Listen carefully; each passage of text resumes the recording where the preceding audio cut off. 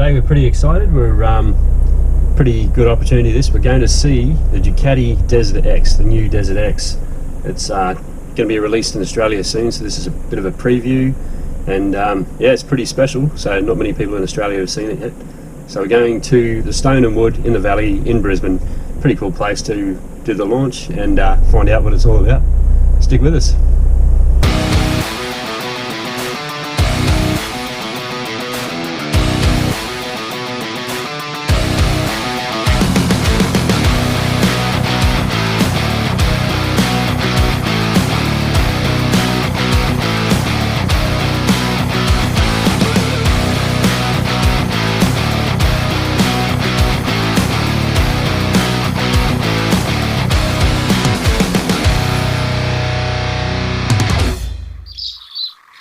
There we are, we're off to the Ducati launch of the Desert X. That's right, next moto adventure. So this episode, we're headed off to Brisbane to Stone and Wood, and pretty cool place, brewery, and perfect place to launch the new Ducati Desert X. Looking forward to it. Here we go again. With a launch as special as this, I couldn't resist but to pick up my best mate Paul and bring him along, BMW connoisseur and lover of all things BMW, just to get his thoughts on this new machine. Could this bike be enough for him to switch brands? We'll see. Here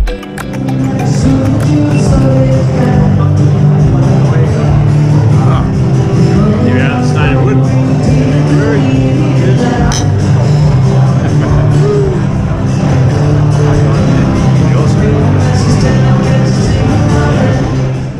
Okay, so we got our beers, now it's time to check out this new bike.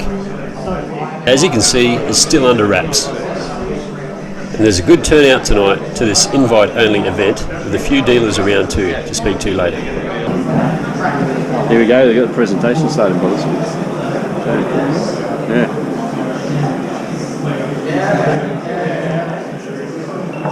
And to kick it all off, we're treated to a quick video to show what this bike is all about. So grab a coffee or a beer, sit back and enjoy the ride.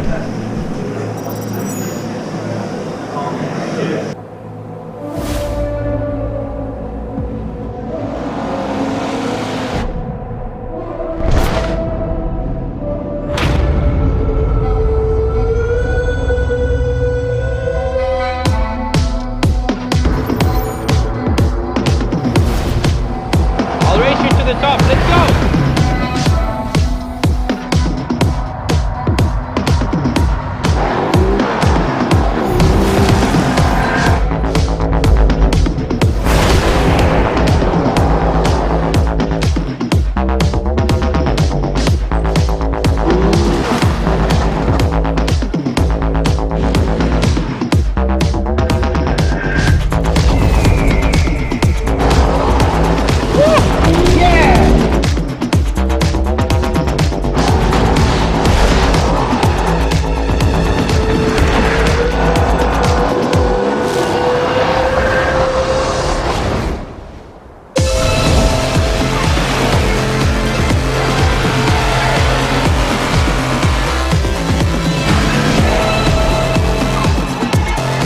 Look at that!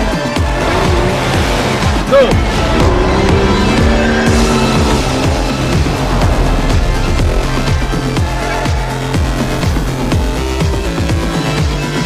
Go left, go left!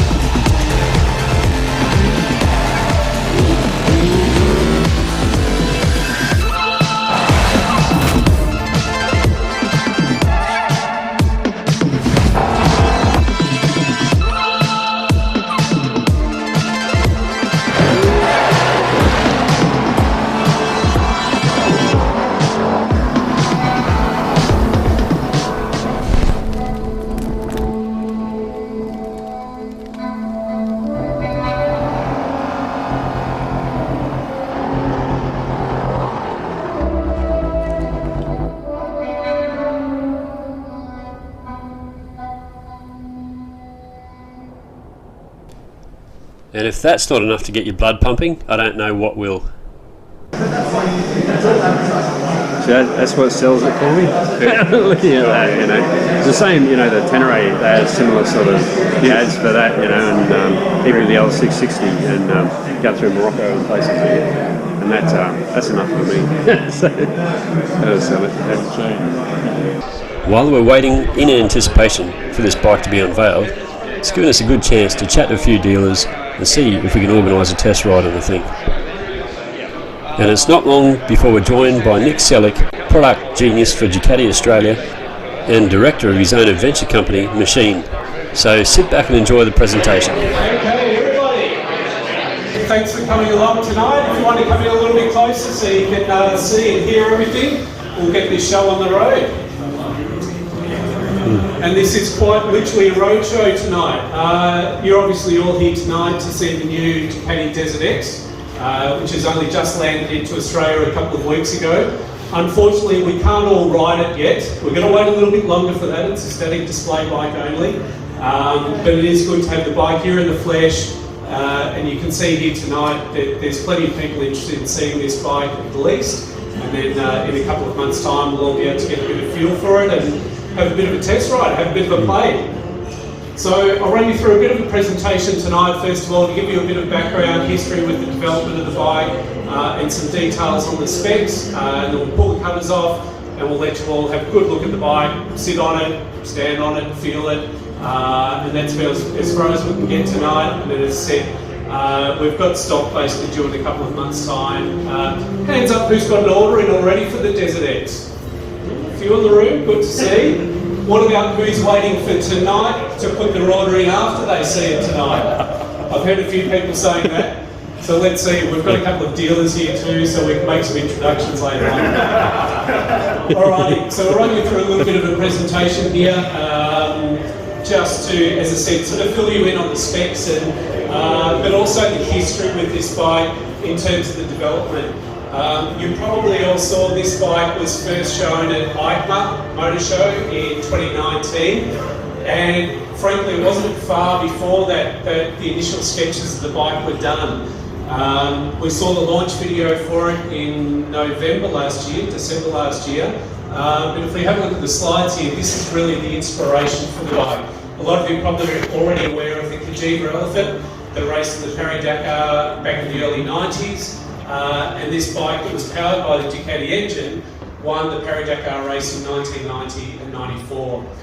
I was fortunate enough to go to Italy last year and went to the museum there and saw this bike in the museum. And when you see this bike in the flesh, you can absolutely see the similarities in the design. If we have a look at the next slide, you can see the bike there as it stands in the museum in Bologna at the moment. And it's pretty obvious where the inspiration came from. And the story goes that Claudio, the project manager for this bike, spoke with Jeremy, I think his name is, the designer that sketched it all, and they basically loved this bike, and that was the inspiration for all the designs. And if we have a look at some of the sketches here, this is one of the initial renderings with Jeremy's signature down the bottom there. This was done from memory, I think in about March or May 2019. If we have a look at the next one, which is another, this is basically the bike that was presented at EICMA in about November 2019. So it had a really rapid development. That initial sketch was shown to the CEO, Claudio Domenicali. He loved it, everyone else loved it at EICMA, and it pushed on fairly quickly. If you factor in this slide here, that COVID happened in between all of this, that the bike was first shown in 2019, COVID hit a few months later, they did have a really rapid development of this bike, and we're here today now with the Desert X that's about to go on sale in a couple of months. So, concept-wise and the positioning, we'll run through these ones fairly quickly.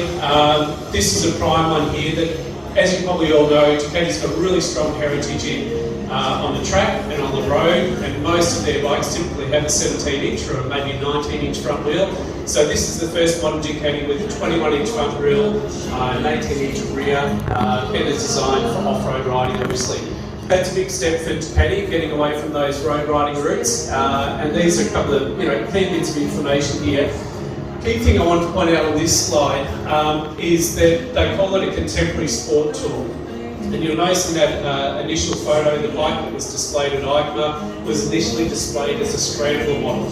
So those of you familiar with the Ducati family, the scrambler models tend to be more about fun, less about performance, whereas Ducati is well known for performance. And Domenicali was a big one that pushed that as they got the feedback from EICMA, that they decided this bike really needed to be a Ducati, it needed to be a sport bike.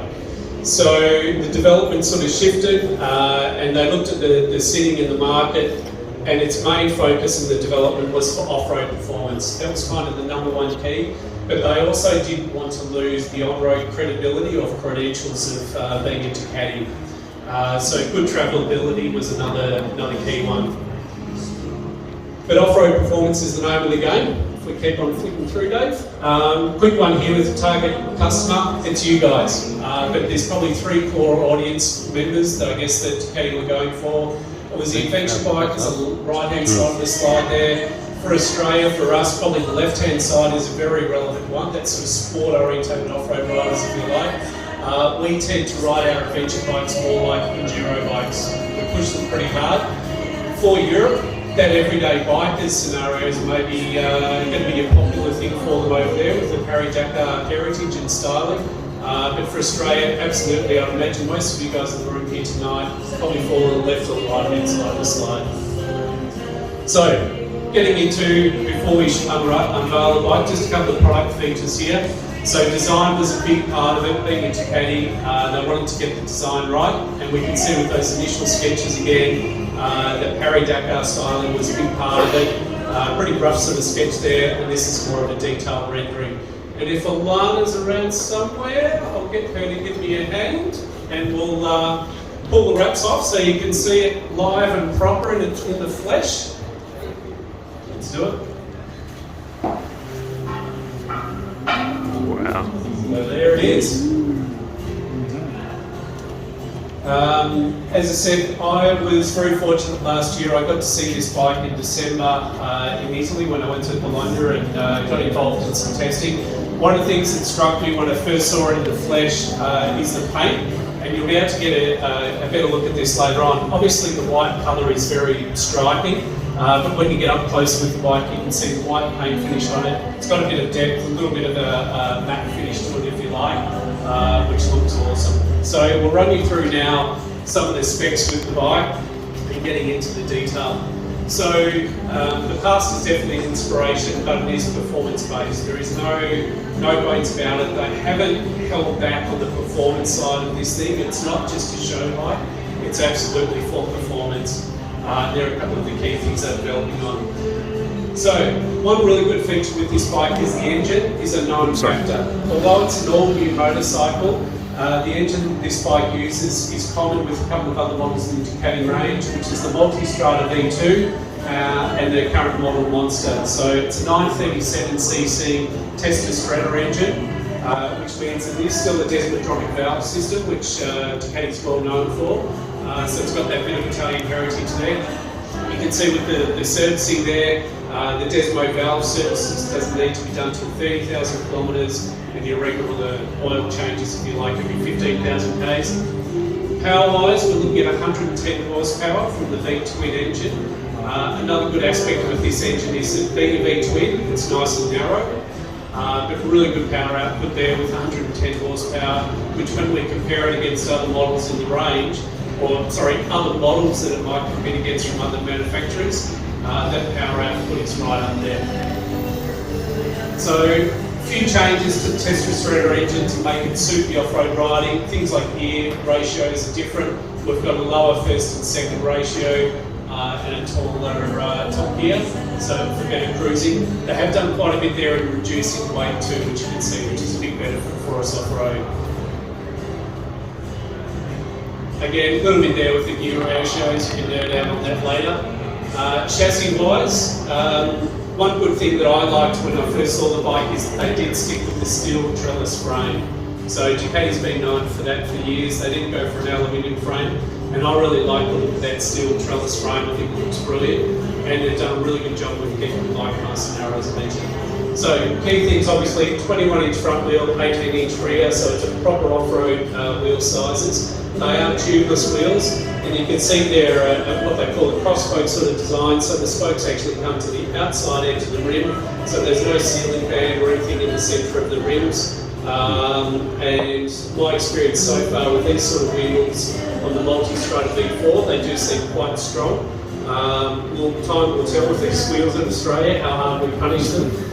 The other good thing chassis-wise, really good quality suspension on this bike. It's got Kayaba suspension front and rear, 230mm travel in the front, 220 in the rear, and the ground clearance is quite generous too. Again, that's another benefit of the V-twin engine. I mentioned the frame there. It is an aluminium swing arm on it too, and this sort of gives you a good overview of the chassis there. One of my things that I was most interested to see with this bike when I saw it initially is what the ergonomics are like. For me, the ergonomics and how the bike feels underneath is so important for off-road riding, particularly when you're standing on the bike. So the ergonomics when you're standing are very, very good, and likewise as that slide showed there, Ducati really wanted to make sure this bike was still comfortable on road, still perform well on road, and validated on road, as they said there. So things like wind protection were super important, comfortable seat for both the rider and passenger, and also heat management. Heat management, comfort's been something that Ducati worked a lot on, both with the Multistrada and this bike. So little things like these air scoops you see on the side here are not for the radiator to bypass hot air out, but for cool air for the rider. So it scoops cool air from the front of the bike and directs that around past the rider's legs. And speaking from experience with the Multistrada V4, it's a really effective way to deal with that sort of stuff. So good travelability was a big one. The middle section there about fuel range is a big one for Australia. So it is a 21 litre fuel tank standard on the bike. It is a steel fuel tank too. That 21 litre fuel tank should give us a range of around 350 to 400 k's, I would guess, maybe even a little bit more than that. And you've probably seen there's also a sub-fuel tank or auxiliary fuel tank for it as well, as an accessory that we could bolt on the back end. So that extra 8 litres capacity will probably give us about another 150k range. So we might be pushing up to 450, 500 k's, maybe even more. I'm really keen to see if this bike could get across the Simpson Desert on one fuel tank, or two fuel tanks you might say. That'd be the real test for me if I could do a Simpson Desert crossing with the standard fuel tanks on this bike. That'd be a pretty cool achievement. So time will tell on that one. So you can see a few details there that I've already touched on, but it gives you a good overview there. There is definitely good luggage capabilities with the bike too that we'll show in a minute. So I mentioned their ergonomics, super important, and I think they've hit the nail on the head with this bike. You'll feel it later on when you guys get a chance to sit on it and stand on it. The ergonomics are really nice and smooth in between the knees, and also the standing position, as far as where your hands sit on the bars. It all works really well. Great thing too with the ergonomics, they have made the bike suit a wide variety of riders, or different height riders you like. You can see the standard seat height is 875mm. We can drop it as low as 838 with a low seat and low suspension option as well. There's also a tall seat. There's also a one-piece rally seat that basically fills out the middle here, more like a dirt bike. I don't think they've done a great job with this standard seat. There's not too much bump up here at the back, but for sure that rally seat really flattens it out through the middle. You'll see a photo of that a little bit later on. So, we mentioned there that the inspiration comes from the past, but all of the componentry on the bike is absolutely cutting edge modern technology, so things like the LED headlight. So suspension I mentioned, I'll talk more about the riding experience later on, but it is clear the suspension, 230mm front, 220 in the rear, fully adjustable in terms of compression, rebound and preload. They spent a lot of time with both Kayaba and also Brembo with the braking system and Bosch with the electronics. So really well spec brakes on this bike. The calipers on the front of this bike are basically kind of second at the top of the line from from Brembo. And as I said, they did work with Bosch on details with the ABS, which we'll get into later. So wheels and tyres, they will come fitted standard with the Pirelli STR rally tyres on there. So maybe a little bit more road orientated tyre than perhaps a lot of you might like to have fit on the bike. But I think it's the right choice in terms of It's safe on the road if you like, but if you're into more aggressive off-road riding, for sure there's plenty of tyre options out there. You can see the tyre sizes 90/90/21 and 150/70/AT. So a really common sort of tyre size. We've got lots of choices in the market. So easy and confident on all the roads, absolutely. That's what it is. So a few of the specs there. Another key one you can see on the slide there is dry weight of 202 kilograms, which I think they've done a really good job with there in keeping the weight. The weight is nice and centered on the bike as well. Although the fuel tank might look kind of high, when you see the way the fuel tank's actually made, the majority of the weight of the fuel is down quite low down here. And it certainly feels really good. That 202 kilos, you definitely feel it. It's a nice weight balance. So, electronics. This is where the Ducati has got a lot of features on this one. You can see the headlight there. It does have the daytime running lights, DRL, LED rings around the main headlights at the front. They've kept the twin headlights, very much Parry-Dakar styling on it. Little things like the rear tail light. It is an LED tail light, but maybe the styling is a little bit reminiscent of the Parry-Dakar bikes from the 90s. And LED indicators is standard. The dashboard, you can see it's in that portrait sort of orientation, and the dashboard display does actually change depending on the riding mode you're in. So when we go into rally mode, it'll change that the information displays on the screen is maybe more orientated towards rally racing, if you like. So little details like that, but Ducati put a lot of detail into the electronics. We can integrate it with our phone as well. It's got Bluetooth connectivity as an accessory, and we can get turn-by-turn directions on the screen, very much like we get with the Multistrada V4. It is a different system to the Multistrada V4, and I can't actually tell you what that is yet because I don't know. They haven't told us, but that is coming out and will be available by the time the bikes are here in Australia. So this is where it starts to get really interesting. This bike has got 6 riding modes available on it. We'll get into those in detail. With all of these options that we can see on the screen here, basically all of these 8 different options are customisable by us when we get into those 6 riding modes. So we can choose the riding modes to suit us as a rider, but then we can also get into those 6 riding modes and customise all these settings. So if we scroll through the next slide, these are the riding modes we've got available to us. So Sport, Touring, Urban and Wet are our 4 on-road modes. And then Enduro and Rally are designed as our off-road riding modes when we get off onto the gravel. When we get into these riding modes in detail, we've got a nice matrix here that will show us detail, but basically we've got 4 power modes. So full power at 110 horsepower, and we can drop that as low as 75 horsepower, but we can also change the throttle response, or the way the bike responds when we crack that throttle open, very much like we can on the Multistrada V4. With the ABS, we've got 3 levels of ABS setting there. So level 3 is designed for on-road riding, safe and stable sort of setting. So basically that's going to do everything you can to keep both wheels turning and not locking up. Level 2 is our first off-road setting. So level 2, we can lock the back wheel, so we can get that nice sort of natural slide and drift happening. But when we get back on the bitumen, if our lead angle gets more than 30 degrees, the cornering ABS becomes active again. So basically it means if you peel into a corner on the bitumen, get really ham-fisted with your brakes, and give it a footful of brake, the ABS will become active again on the back of the bike. So it's a little bit of a safety feature there to help our novice riders, you could say, at that level 2.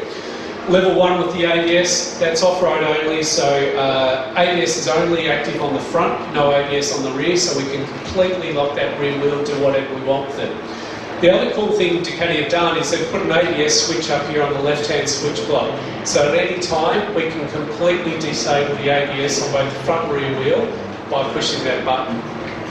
The other good thing that Ducati do with their electronics is when we turn the key on and off, or the kill switch on and off, it remains and remembers whatever setting we had last set. So our riding mode, whatever riding mode we had set, wherever we have the traction control set, it remembers it.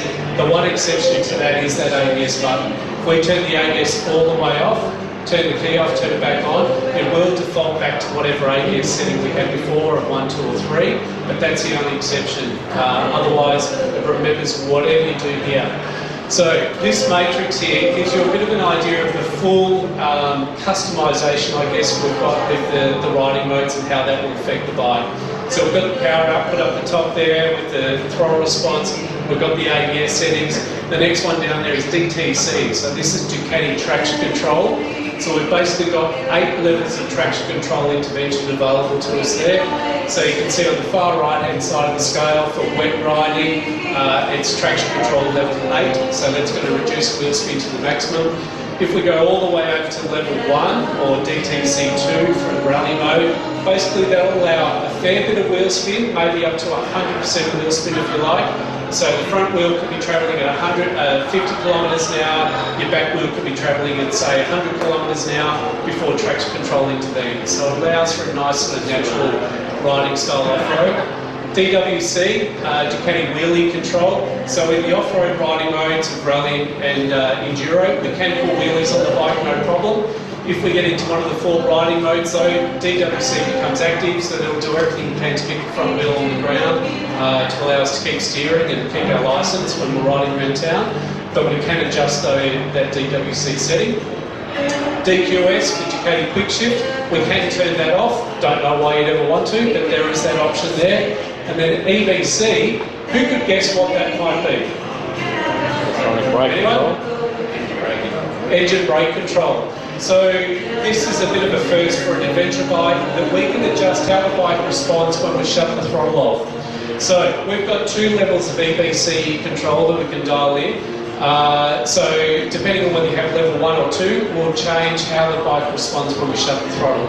So you can imagine an off-road setting, we might want good engine braking to hold us back going down big gnarly downhills, so we can dial in the engine brake control level to either perhaps help pick that back wheel turning over, or provide a good amount of engine braking to slow us down with control going down downhills.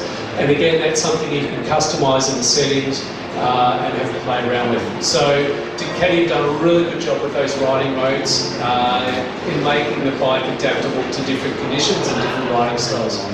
Other features, it has got a USB socket up here on the left hand side of the dash. There's a 12 volt Hella style power outlet underneath the seat. And it has got a lithium ion battery in it which helps reduce weight big time. So in the product range, we've got there is one option coming, that's it. So that matte star white silk colour, as I said, looks really good. But how good does the Ducati Desert X, ridden by Danilo Petrucci, look in these Audi RSQ e-tron colours? Ducati, you got to make one this colour. The good thing though with this one product option, cruise control, all those riding modes, everything I mentioned there, all comes standard. It's not like you've got to tick another box to say, yes, I want cruise control, yes, I want those riding modes. It all comes standard for this one spec model. The one exception to that is heated grips. It does have a heated grip button on the right-hand switch block, but you do need to actually purchase the grips themselves for a few $100 if you want the heated grips, but that's the one exception to all of that. So, talking about accessories, there is a big range of accessories available. This bike shown here is completely stock, no accessories fitted to it. As with that image there, we'll show you a few images here of different accessories. So you can really kit this bike out to suit the sort of riding that you want to do. So whether you're that adventurous rider that wants to go bush, travel long distances, or whether you want to treat it more like an enduro bike. So there is aluminium panniers available for it now. There's also soft bags that will be available as well. You can see that auxiliary fuel tank up the top there, 8 litre fuel capacity. You can also notice in that top right-hand slide, when we remove the pillion seat, it's already made with kind of a flat area there that you can easily strap luggage to. So you can see with the pillion seat missing, it's got kind of those 3 ribs there. Without the sub-fuel tanks on there, it could be quite easy to fit saddlebags or some sort of bag on the back of the bike there. 2 different exhausts available for it. There's a homologated one, which is made by Termignoni, and then there's a full brace system on the next slide, which again is made by Termignoni. I think I'll be opting for this one. Ups the power a little bit, and there's also a weight saving there. Obviously though, not street legal, so I think this bike's going to sound pretty rowdy with that one on, so it'll be interesting to hear that. Mentioned the aluminium cases there, total capacity of 117 litres, so that's a lot. That's quite a few kitchen sinks you could fit in there. Accessory packs are available too. These are some boxes that you can tick when you order the bike, and you can spec the bike up with a collection of accessories. So the Rally one is probably going to be super popular in Australia. Auxiliary fuel tank, Rally seat, some little tank protectors if you like, and mesh headlight grille on the front. Or the other one that's probably a lot of people will go for is that off-road set, which is basically protection. So skid plate, crash bars, that sort of thing. It does have that aluminium skid plate as standard, but there is another accessory skid plate which is a bit more durable. So apparel, you can see Diogo, our dummy at the back of the room here. He's sporting a lovely kit that was designed in-house by Ducati. And it was actually designed by Jeremy, the guy that penned and styled the whole motorcycle. And this is the first for Ducati where they've actually designed the riding apparel in-house and then had it made by Dainese in the case of the jacket and the pants. And then there's also the helmet available, which a lot of you probably recognise is an AGV AX9 is the model. Have a look at the pants and jacket later on. You can see it's going to be ideal for Australian conditions in terms of the weight of the jacket and the ventilation of it. Maybe not so ideal for the Australian conditions in terms of the colour. It may get a bit filthy in an Australian outback, but I think in terms of riding in conditions like we get in Queensland, it will be really good that it's really well vented. And a well-spec'd helmet too, which there's quite a few of the AGV helmets out there in the market already. There is also going to be some apparel which will be readily available in the market. One thing I'd say with the helmet, jacket and pants, really limited supply of that worldwide. They've done one production order and that is it. So if you are keen on the helmet, jacket or pants, I definitely encourage you to order in for that at the time you order the bike or very, very soon, because it will sell out worldwide, absolutely. The numbers they're talking are not big quantities. So if you're keen on that sort of stuff, definitely order it. Tech specs. I won't go through all of this. It's all there on the screen. We've got a little sheet here in the front of the bike and also the brochure's available for you there. Have got all the specs in detail. But a couple of key numbers for you. 21 litre fuel tank, 202 kilos dry, 110 horsepower. And one of the big ones is price. Was priced very keenly at $24,700 right away. Initially it came out with a price of $24,200. Those of you that have already got your order in, you got in good time because the price has come up to $24,700 now. But even at that price point, it is still really competitively priced when you consider what you get in terms of the electronics and everything like that. Right, riding experience. There's a few guys on the screen here that can talk about that. One of them is Anton Mio, and Dave's going to play a little video for you here that's going to flip your whip back. Yeah.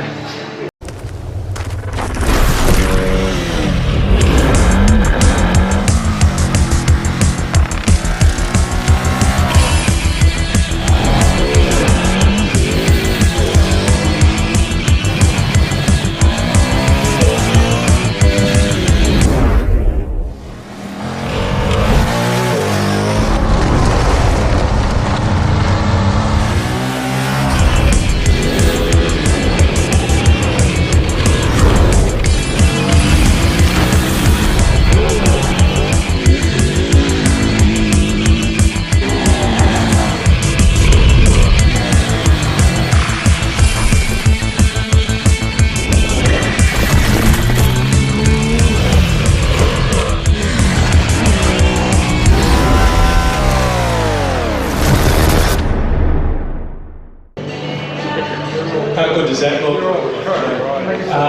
I saw some still photos, a little bit of video of that back in October, I think it was, when they shot that Sergi showed me, and I couldn't believe how crossed up Anton's got that thing. So that rider there is Anton Mio. So for those of you that aren't familiar with him, he's a 5-time world enduro champion. French dude, obviously a very skilled rider, but a skilled rider can't compensate for some things. So you can see how crossed up that bike was getting over the jumps, and that is a good reflection of what the handling, performance and the lightweight of this bike is like. One other interesting thing there, the guy on the left-hand side here in that photo, when Anton was racing the World Enduro Championships, his team manager or lead mechanic was Pierluigi, who's one of the lead guys in the R&D department at Ducati. Oh, wow. So although Ducati don't have that reputation and history with the off-road market, they've absolutely got the people on board that know what they're doing. And Pierluigi is one of the guys that's been in the background in the development of this bike and the testing. And when you get a close look at the bike, the way it's been finished, the attention to detail they've put into certain areas, they've built a good off-road bike here. So a couple of the other guys that were involved in the testing process, Matteo Graziani, he's raced many Paris-Dakars. He did 3 Paris-Dakar rallies from memory, but he's also done 57 odd rally raid events, things like that. He's got a huge amount of experience and he put a huge amount of kilometres in on this bike. The other one in the middle there is Beppe, photographed with his donkey that we met in Sardinia.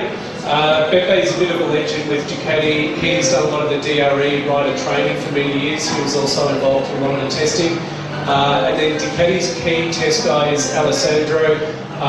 He's been Ducati's key test rider for many years now, and Alessandro is a very handy motocross rider, off-road rider as well. So all these guys had a lot of input into the development of the bike and fine-tuning it. On the next slide, this was when I visited Italy in December, and that's me on the far left-hand side, the goon that didn't take his helmet off for the photo. But these are some of the guys behind the development of this bike. So we've got Mario there, the next one along, Matteo that I mentioned, Claudio Domenicali, the CEO of Ducati, came right, I must say. Luigi Barro, who's again another one of the guys from the service or technical department. Beppe there that I mentioned, and on the far right is Nicola Antonelli, who's the project manager for Multistrada. So I was very fortunate, as I said, to go to Sardinia in December and ride the pre-production version of this bike. We did also ride it up against a few of the competitors' bikes as well to have a bit of a benchmark there. We rode it both on the bitumen and on off-road test as well. And there's some of my comments on the right-hand side there. My number one impression when I got on the bike was yes. It was ticking all the boxes for me. I had some expectations or what I wanted this bike to be, and it ticked all those boxes for me. So a couple of the key things. One of the things that really stood out for me riding it was that it's really stable, both on the road and off-road. It's a super stable bike. It carves the corners really well on the bitumen, but somehow it still remains really nimble when you're off-road. So you can easily loft the front wheel over logs and rocks and other sort of obstacles. Really good strong power. Compared to some of the competitors' bikes, the suspension's got really nice control. So you can feel what the tyre's doing underneath you. It doesn't crash through the stroke. I think they've done a good job of speccing the suspension both in terms of spring rate and damping to suit some good hard off-road riding. And yeah, look, for me it was almost a sense of relief that for those of you that know me, I've had a history with other brands in the past and came on board with Ducati in December last year, and so for me it was a little bit of a sense of relief that they've done the right thing with this bike. It is very good. So that's basically all I wanted to cover off there. We've been through all the specs. I'd like to invite you all to come up now, have a good look at the bike, sit on it, stand on. We've got plenty of time here so you can all get up close and personal with it. Fire the questions actually, before we do that, have you got any questions now? Might be a bit easy for you all to hear. Yep. Was it always the intention to put the steering damper on, or was it something came later? Question there, was it always intentional to have a steering damper on the bike? I can't answer that in terms of was it intentional, but yes, there is a steering damper in underneath the tank here. You can't quite see it. I guess one of the driving things there is, as I said, Ducati wanted to make sure it's still handled well on the road, still handled like Ducati on the road, so maybe that was one of their drivers, that they want that stability, and absolutely is stable. It's interesting when you look at the chassis dimensions of this bike compared to others, it's quite a long platform. That really helps with stability. Didn't feel any head shake at all. So probably partly to do with the steering damper, partly to do with the chassis. Very good. I knew that was going to come up at some point. Right, what's access to the air filter like? The air filter is underneath the fuel tank. Any questions when I went over to Italy? What's it like? What's it going to be like for serviceability of the air filter in Australia? First thing I'll say is that it does have a paper air filter element fitted standard. We've already had the bike to Unifilter Australia, and we already have a foam filter element available for it now. So we're very much on the front foot with that because we know that's a big key issue for Australia. It was one of my questions to the design guys in Italy: where's the air filter? How easy is it to get to? What we've found is there's basically 2 screws at the front here. We do need to remove the fairing. Remove a couple of screws here on the front fairing. 1 screw at the front of the fuel tank, 1 screw at the rear of the fuel tank, 2 fuel hoses, and then the fuel tank comes off. So it's not too bad in terms of that. Then the air filter sits very high. It's right up at this level basically, and it sits underneath the fuel tank up about here. The air intake for it is going to be pulling the air from nice clean area up the front of the bike, and it's relatively easy to get to that air filter. 4 screws then on top of the airbox to remove that paper element. But as I said, our intention would be that we can offer a foam filter for it, either as a genuine Ducati accessory or something along those lines. That's yet to be determined. I'm going to be sending those foam air filters over to Italy, and I'm actually going there again at the end of July. So that'll be one of the key discussions I'll be having with them about what we can do in terms of being a genuine accessory, something along those lines. So watch this space in terms of what we do in terms of that foam filter element treatment for Australia. But the good thing is that even if we do run with that standard paper element, it's up high and it's towards the front, so we'll have nice clean air coming in. Any other questions? Are the accessories in the same container as the bikes? Are the accessories in the same container as the bikes? What we've been told is the core range of accessories will be available when the bikes are released. We do actually have some of the accessories in Australia already, but there's plenty more still to come. All of the accessory pricings are on the Ducati website now, so if you go, they've got a configurator there. Luggage with that as well. So, question there with the auxiliary tank: can you run luggage with it? Auxiliary tank. It does need to be fitted initially by a dealer because they've got to plumb the fuel line in. So the fuel tank sits at the back here, plumbs into the main fuel tank, and then the process is, or how those 2 fuel tanks work. The auxiliary fuel tank, Dave, if you can try and scroll back a number of slides back into the accessories, their auxiliary fuel tank's got a fuel fill on the right hand side. When the main tank basically gets down to reserve level, you'll get an option comes up on the dash to say, main tank near empty, do you want to transfer fuel? And basically there's a secondary fuel pump in the auxiliary fuel tank, which will then transfer the fuel to the front tank. So that 8 litres will get pumped into the main tank, and we're back up to however many litres that is. So that's the process for fitting the tank. Got to be done by the dealer initially. My understanding is that you as a customer might then be able to remove and replace that fuel tank by yourself afterwards. In terms of accessories, my understanding is, and this was a question that a lot of people have asked me about that, we're not going to get, there's pannier racks available for the bike, but they don't integrate with the auxiliary fuel tank. One of the reasons for that is some homologation. The bike ends up being too wide. That's my understanding. That was one of my questions to them in December was, can you make pannier racks that will fit over the top of those auxiliary tanks? Because I know a lot of guys will want to do that. Obviously, if we're going across the Simpson Desert, we're going to want that fuel range, but we're also going to want luggage on there. So at this stage, you can't fit any of the genuine Ducati top boxes, aluminium cases or whatever with those auxiliary fuel tanks. But obviously, you could fit soft bags, you could go straight over the top of it. The genuine accessory Ducati soft bags will go over those auxiliary fuel tanks, but they're obviously going to be running on plastic. The Italians don't necessarily like that, but that's the way we're probably going to do it anyway. So it does work, more or less. Any other questions there? Good? Soft luggage is alright then. Can you... No, it is a static display bike only, so I can't let you listen to the V-twin. You're going to have to wait for that. Now it's finally time to take a closer look.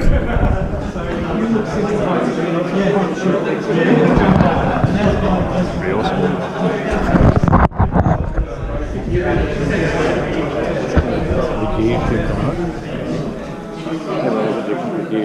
Oh, yeah. Yeah. So kind of what I'm And the first thing we notice is that the finish on the bike is superb. Nice colour, isn't it?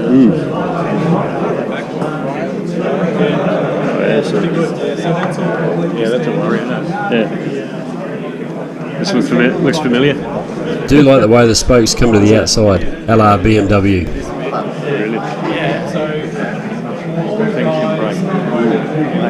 These have a centre stand you can get for it as well. So you can? Yeah. You're getting that? Switch on.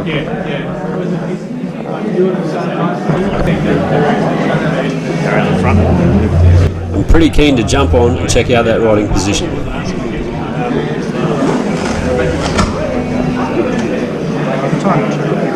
Another good question there is the front guard. Is there any adjustability? Obviously, a low front guard, that mud guard, can be a concern sometimes in off-road riding, packing up with mud, things like that. If you stick your hand in underneath, there is plenty of clearance to that front tyre. Time will tell whether if we do the, Silver City Highway out of Broken Hill, whether it's going to pack up with mud, cause any problems. I don't believe it will. As I said, when you have a look at the design of that front guard, I think it's going to be pretty good. No doubt there's going to be some aftermarket companies that produce a high front guard for it at some stage. I'm going to quite happily ride with that low front guard. I think it'll be really good. Well, that riding position is spot on, and the bike feels nice and narrow between your legs. Yeah, so the question there, what's the torque characteristic like? I mean, as I said, this engine is basically the same as a 950 Monster, 957 Monster, or the multi-strada twin. This preview was really a good opportunity for everyone to get up close and personal with the bike, with many of our questions either answered by Nick or the dealers themselves.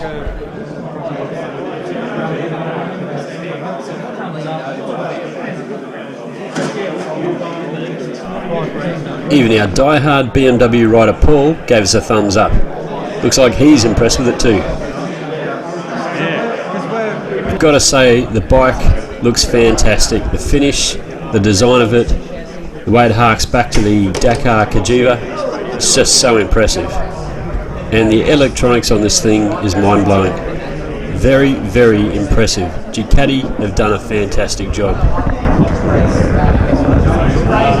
So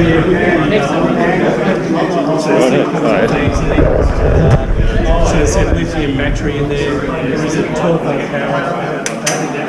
And then 2 volts take the PFC off. Is that second USB?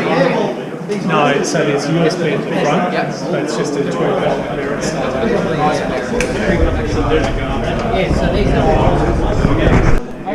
And it's got some pretty cool features on it too. Just look at the adjustability of this brake pedal.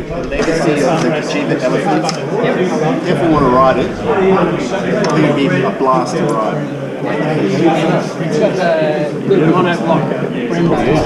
Yeah, it's good.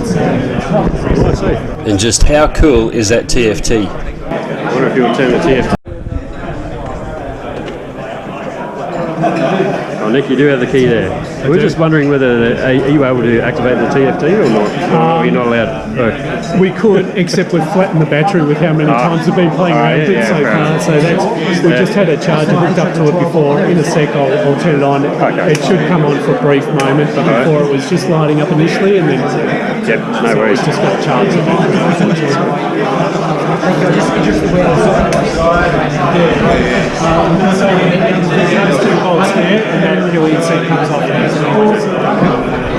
So, and this is the only one in the country, is it, at the moment? Yep. Okay. Yep.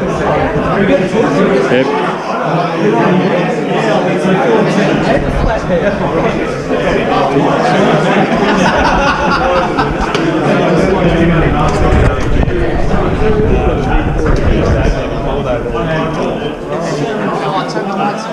So the battery is completely flat. So we've got a bit of that. That's good. Yeah, the day running. Get the idea, yeah. I'd just like to say a quick thank you to Ducati Australia and Nick and his team for inviting us along to view this fantastic motorcycle. Well, that's it. It's the Ducati Desert X launch.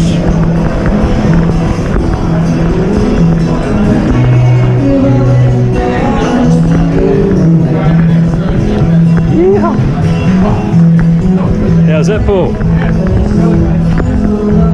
Bloody brilliant. Yeah, that was brilliant. Bloody enjoy that. Good presentation. Yeah, the bike's fantastic. Yeah. Love to have it done right. Look at this thing. Yeah. Oh my god. ADM? Yeah. No, that was bloody fantastic and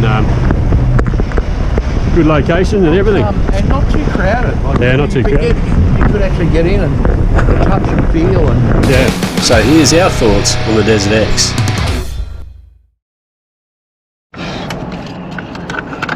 So what did I like about it? I liked the look of it, for starters. I liked the feel of it, the standing position. I like the lightness of it. I think it was Yeah. pretty light to sit on. So Very light. yeah. But it had, everything was proportioned well. For I me, like the frame and the way that, you know, that handle at the back for me, I thought was a plus. yeah. And I say that because I probably dropped the bike more than anyone else, so Yeah. I need that. I reckon things like you know, just the adjustability on it, on the suspension, the rear brake pedal, Yep. adjustability on that. Like you can you know, pull that out. Yep. Put it in, change that. Well, and BMW for have a settings. similar thing, particularly They on the Adventure. Yeah, where they flick Um, it down. So Yep. all So that that different is a ways of doing similar things. thing. But Yeah. what were the things that I didn't like about it? So I don't like that it's a chain drive, but little thing, Yeah. not deal That's breaker. that's No. a BMW thing. Yeah, that's right. When you're not used to having a chain for such a long period of time, get to go back to a chain. Yeah, Yeah. the chain maintenance that we don't have. Yeah, that's right. But The you know, boomers, so- at the end of the day, that's not a big deal. You know, you also get better feel with the chain over shaft, I think. So Yeah, well, you got, I think it's like 99% efficiency with a chain. Yeah. Whereas you lose a bit through. you do lose a bit through the Yeah. shaft, yeah, for sure. But yeah, I was impressed too with the, if you go for the rally exhaust, that Termagani exhaust or whatever, extra 7% horsepower. Yeah. It's already got But 110. it's not Yeah. street legal. That's, No, that's not. the That doesn't, you downside. just don't tell them. So the downside Don't need also to. is that you can't, with the extra fuel, the auxiliary fuel, Yeah. you know, it doesn't come standard with No. factory I don't- hard luggage. But No. that's okay. I You don't know, think, I could run soft luggage, and then as I said, That's right. Touratech and SW Motec are going to make racks for it for sure. Yeah, one thing for me too is the fuel efficiency. It's not as good as a BMW Yep. is, obviously, but you know, it's a different sort of bike. It is, So, yeah. We're not talking about a Yeah. road bike here. We're talking about something that's purpose for That's off-road. right. It's a And, V-twin.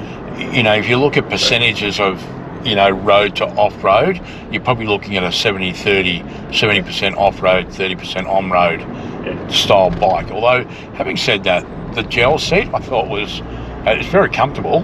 So Yeah. it'd be interesting to see how it rides and how it feels after a little while in the seat. That's right. So hopefully we'll be test riding these pretty soon anyway. Yeah, September, I think September. he was So- saying. Similar area. So I'll be looking forward to that. Yeah. We'll definitely go on that experience. I think that'd be Yeah, be definitely. worthwhile. Yeah, I'm sure we'll get invitations to that. yeah, So, yeah. And, Shell at me $15. yeah, it's not bad. I wouldn't care what it costs, to be honest. To Yeah. ride that thing would be good, and do a bit think- of off road. Yeah, but it's, all it's definitely a the head turner, that bike. Oh, you know, it's you know the amount of modes that it's got, the amount of different. You know, we're talking 6 different modes. Then you've got customizability with all of those modes That's as right. well. Yeah, Um, and the fact that you know, it has lean angle ABS on it as well. yeah. All that sort of stuff. Yep. You know, you're paying. You know, it's at a good price point, I think, for the electronic. For all the package electronics that that's on it, yeah, it's surprisingly 24,700 on road. on road. On road. That's as standard. Yeah. Okay, another, what was it, $400 for a set of heated hand grips? Yeah. Big fucking deal. Yeah, You know, like, honestly, Yeah. I mean, that's the only real thing you would add on. Yeah. Maybe That's right. over time, Definitely. you know, you get luggage and all the other, Yeah, you that's know, right. you probably get, if anything, what was the You could ride it as it is if you wanted to, you know, even with Yeah. that bash plate, if you're careful with it. it's only a thin bash plate when Yeah. you get up close to it. It's quite. But, but I reckon- that'll protect you from a rock or something like that. You know, it'd have to be a pretty decent shunt to get through that and break your right. crankcase. So. And all the aftermarket accessories will be coming out Yep. for it as well. The thing that would need, if you had a look at where the radiator was at the front, Yep. did you see the guard that was on there? Yeah, I did, It was yeah. plastic. Yeah, that's right. Ain't gonna do nothing. Yeah, right? no, You that's definitely need to get an aluminium. Yeah, I think that is in the accessories. If you Yeah, but I mean, what did To they get say? What was it, 2300 for all for that Something like- accessories pack? Yeah, there's an accessories pack. There's different packages, like a rally pack, I think, Yeah, which includes the tank. which is all the protection Yeah, was the and the rally, protection, and yeah. I think he said that was Yeah. 2300. Yeah, which is not bad. Which is all right. Like, Yeah. so then you're looking at, was it 24,700? So you're looking at 26. So Yeah. let's say 28. Yeah, it's you getting, know, up, it's getting up there then. yeah. Yeah, getting up there. Oh, about 27. Sorry, about 27. But it's still, Still not bad, yeah.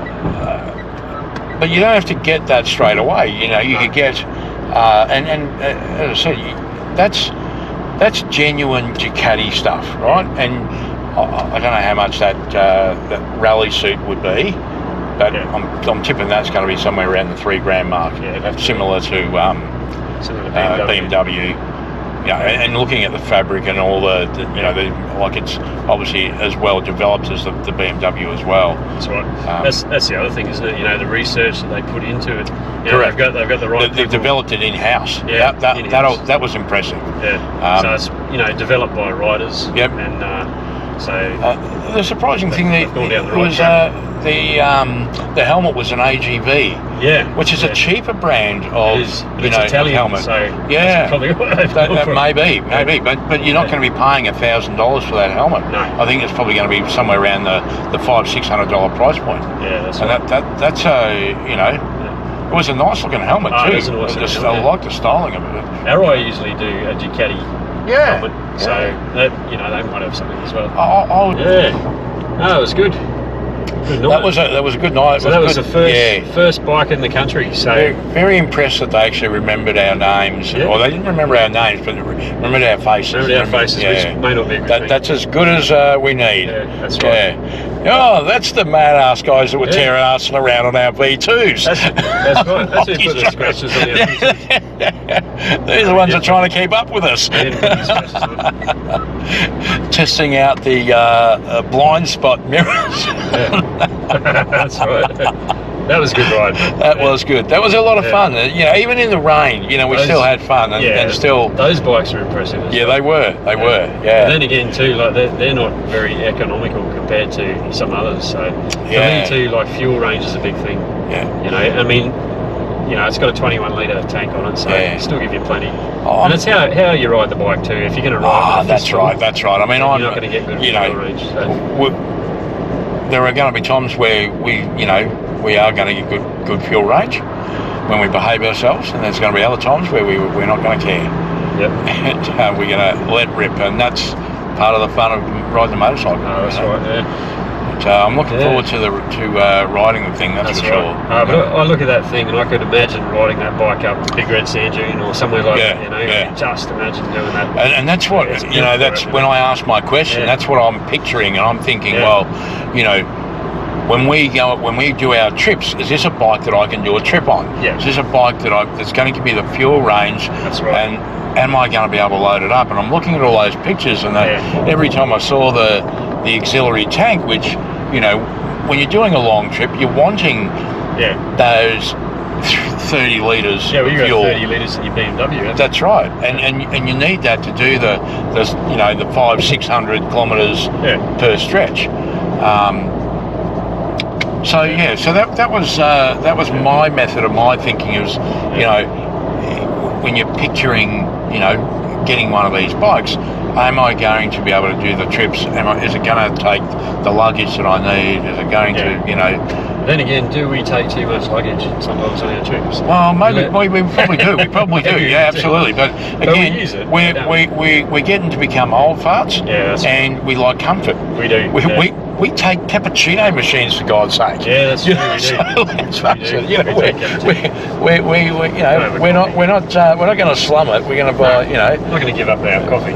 or our creeps comfort. So you know, so yeah, no, absolutely. I think it's a bike that is very capable, and you know, hell, if I did get one of the first trips we would do is going out to Birdsville and doing that trip out there. Yeah, I look at And- that trip again, and I think we've got to do it. Yeah. I think we've got to And we'll do it with the soft luggage. Yeah. Hopefully my arm will be fixed by the time we go and do that. Yep. And then I can give it a bloody good red hot go, you know. Yeah, absolutely.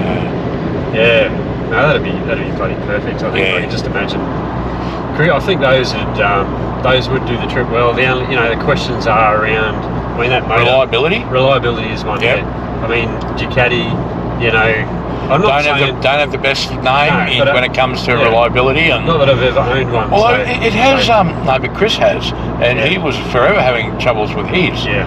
But Having this said that, particular that's engine, you know, I think a lot of the older Ducatis Yes. tend to have a lot of problems. Right, these You new don't ones. hear of people that have D'Ovals and the newer Ducatis now don't have the same issues. That's true, The, yeah. the reliability is really there now with Ducati. So if you I'm, look at the servicing intervals, that's 15,000 k's. So.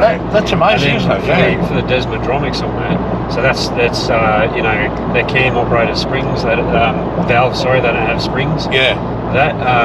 That is 30,000 yeah. k's. So that's Yeah. pretty good. That's a lot That's of very lot of good. k's before Yeah. you got to put it in for a service. So Yep. For that. Well, that's certainly better than the Beamer. Yeah, that is. Yeah. We've got So that's not bad. And I think they've done a good job. They really have. Yeah. For me, there's things, it reminds me of the old Tenere 750 almost, Yep. and there's things on those bikes, that I wish that I would have had. It's got all the new technology, it's got the TFT, Yep. it's got all that adjustability. But I think it's that excitement of having a Dakar bike, isn't Yeah, it? that's it, yeah. It's the pedigree. Yeah, sure. That's really what and as Paul said, you really want to go and grab put the number one. What's the brand the Dakar bike had? Oh yeah, so or whatever it was. So the old Kajiva Elephants, which is what that colour scheme is based on. It was Lucky Strike. So Lucky Strike, that yeah. Lucky Strike logo on there. That's we right. just finish it off. Yeah, yeah. So, but it's a cigarette sponsor. But anyway, Yeah, it doesn't matter. We don't smoke. No, we don't smoke. But it looks like a race bike. Then. So Yeah, that's it. Yeah. that's all the more reason to put it on. Yeah. But it certainly looks like a pedigree Dakar bike, Yeah, it and does. You look at the you know, videos of that guy. What was it Anton Mayo, whatever his name was, riding it. He's jumping the bloody thing. Whatever, not just jumping it, but like doing crossovers over tabletops and that's unbelievable, yeah. like 20 foot in the air. Oh, that's amazing. I mean, obviously, you've got a fair bit of skill to be able to do that. Yeah. But these aren't a light dirt bike. No, that's These right. are they're an adventure bike. Yeah. To be able to do that, and no doubt, look, you put that guy on a BMW GS, and I'm sure he'd be able to do the same thing. We've seen, the likes of Miles and those guys. They're jumping. They're doing jumps on these things. So That's right. we won't ever be doing that, I don't think. No. No, we don't. We can live in. We can dream about it and think. Well, we know that the bike can do it. Yeah. Just because we can't do it, we know the right. bike can do it. Yeah. Yeah. No, that's good. Yeah, that was excellent. Yeah. Very happy with that. Exciting times. Yeah. There's so many good bikes out there now, adventure bikes coming out. I'm still interested in that 700 Yeah. Yamaha, but I think I'm not sure what price they're going to come in. They're going to come in like I think 23 grand or 24 grand. Yep. So at about $1,000 less. Yeah, but or you're looking at $1,500 you're less. talking about a 950 compared to a 700. 700. Yeah, and without all the electronics. Yeah. And without tubeless tyres and things like that. This bike has got. There's some big ticket items there. Certainly tick a lot of boxes, that's for sure. Yeah. Yeah, and you know, riding it's going to be the clincher, I think. If it handles well off road, then that's because it's a light bike It is a light bike. compared to the Once you get compared to moving on mine. it, yep, definitely. But if I can, Yeah, well, if I get, but there again, for power wise, it's probably as powerful, if not more powerful than mine. Yeah. In terms of the torque and Yeah, the torque, Not to mention, I reckon, sound bloody good horsepower too. and that. The V12. Yeah. It's going to sound awesome on that thing. Absolutely. It is, Yeah. Now, if monster. it's got the ability to be able to load it up and do our trips, then it's definitely a worthwhile consideration when it comes to purchasing. Yeah. Well, we'll see. We will see. Yeah, we'll see. But anyway, there we have it. Another X-Moto adventure. Yeah, and it was an on adventure. a Ducati. Yeah, so the first Ducati Desert X in the country, and we got to see it, Woo! and you got to see it too. We There did. you go.